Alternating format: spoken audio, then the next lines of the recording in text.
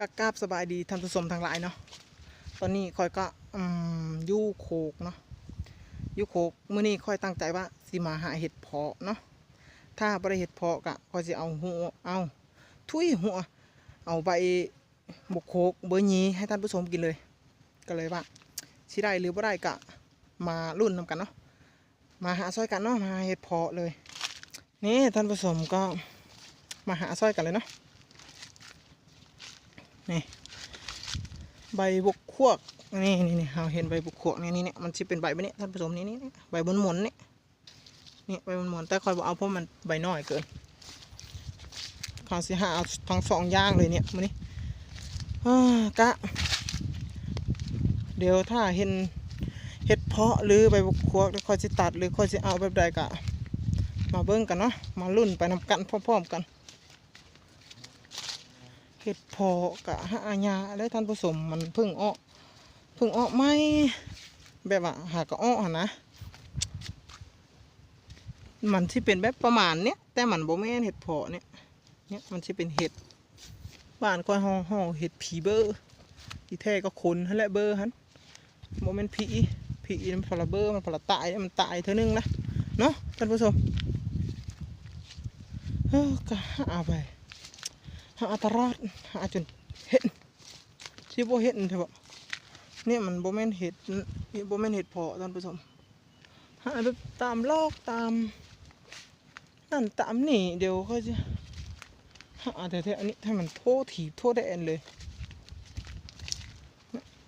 ดอนป้ามันยุกโขกเนาะท่านผู้ชมเนี่ยก็ขอโทษขออภัยเมื่อนี้เพราะว่าไม่มีคนท่ายให้เนาะก็เลยต้องได้ท่ายเองเพราะว่าค่อยมาพอดีเนาะ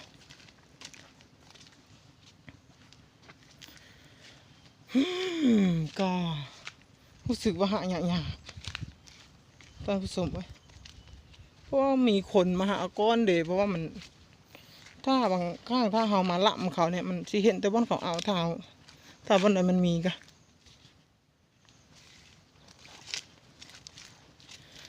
นี่มีเห็ดเพาะหนังกะมันจะมีสองแบบเนาะเห็ดเพ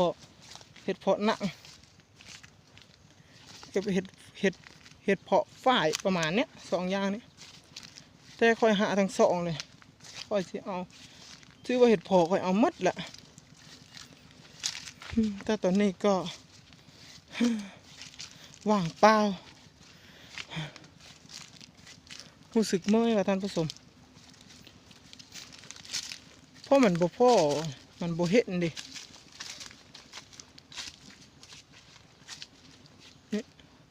มันหาจังใดกับมันแนวใดมันบ่มียังน้อยมื้อนี้กะถ้าบ่ได้หลายกะได้น้อยยังเส้นได้จิ้มให้ท่านผู้ชมเบิ่งได้ให้ท่านผู้ชมเห็นนำกันเนี่ยว่าเห็ดเพาะอยู่แบบใดหรือว่าบางคนที่ยังบ่รู้จักเนาะหรือว่าบางคนที่เคยเห็นหรือว่าเคยมาหาแต่กะได้ไปอยู่ไกลบ้านไกลเมืองก็เลยไม่ได้มาหานำกะอาจจะคิดฮอดยามหากินตัวเองที่เคยมาหากินหานั่นหากินหาอยู่กะเป็นได้เนาะก็โอเคเราเห็นใบบุกวกเนี่ยใบบนนี่ท่านผู้ชมเนี่ยเราก็จะตัดเนี่ยเอาแบบเนี้ยเนี่ยท่านผู้ชมเอาหลาย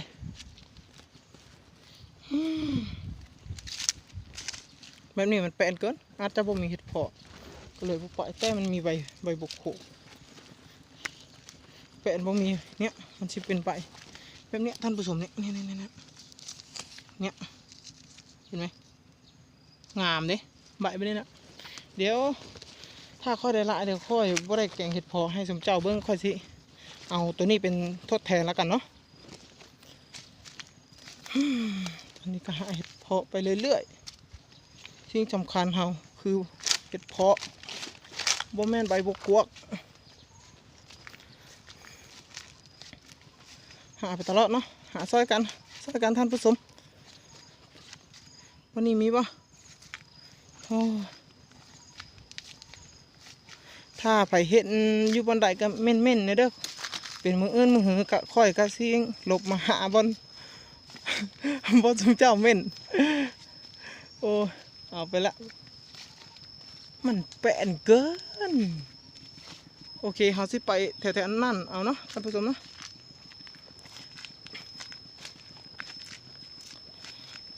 ก็มื้อนี้เป็นมื้อที่มาเที่ยวโขกเนาะเที่ยวโขกเที่ยวป่าเที่ยวดอนโอเคมาเอาใบบกโขกตอนเนี้ยโอเคเห็นไหมเนี่ยนะเนาะใบบกโขกอ่ะแต้มงามเด้เนี่ยแถวๆนี้ตัวนี้ก็มีเนี่ยเนี่ยเนี่ยเอาไปวันนี้เลยแต่ค่อยมักตัดเด้ถึงข้างก็แบบทุดเอาก็ได้แบบหลกเอาก็ได้ไม่ได้ยากแต่แปลกแต่ว่าเห็ดพอมันเป็นพิเลอมันคือหาหยาแท้เบิ่งดิท่านผู้ชมมันหาหยาอลิได้มันจะสิข้ามป่าค่อยเลยนี่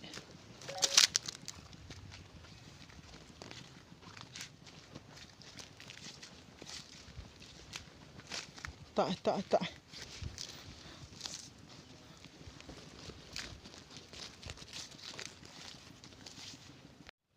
ก็โอเคเนาะเหมือนบ้านเนี่ยเขาก็เก็บได้มาหลายพอสมควรเนาะก็มาเบิ้งเลยว่าสิได้หลายน้อยสำหรับก็มาเบิ้งเพราะมันสิคอยสิเบื่อเฮ็ดกินแล้วก็เฮ็ดแซ่บๆให้ท่านผู้ชมเบิ้งเลยโอเคเนาะมาเบิ้งกันเนาะนี่ท่านผู้ชมก็ถือว่าได้หลายพอสมควรเนาะถือว่ารับรองว่ามือนี่วัดก่อยเฮ็ดนี่ป้ารับรองว่าแซ่บแน่นอนเนี่ยท่านผู้ชมเนี่ยได้หลายพอสมควรเนี่ยใบเนี่ยก็แบบนี้เนาะใบบกโขกสำหรับเบอร์ยีเนาะสำหรับมื้อนี้ก็พอเพียงสำนี้เนาะเฮาก็เมื่อยมาหลายแล้วมาตั้งแต่11-12 โมงเนาะก็ถือว่าเป็นช่วงแดดเลยก็มื้อนี้ก็หมดเพียงสำนี้เนาะสำหรับมื้อนี้ก็สบายดีเนาะ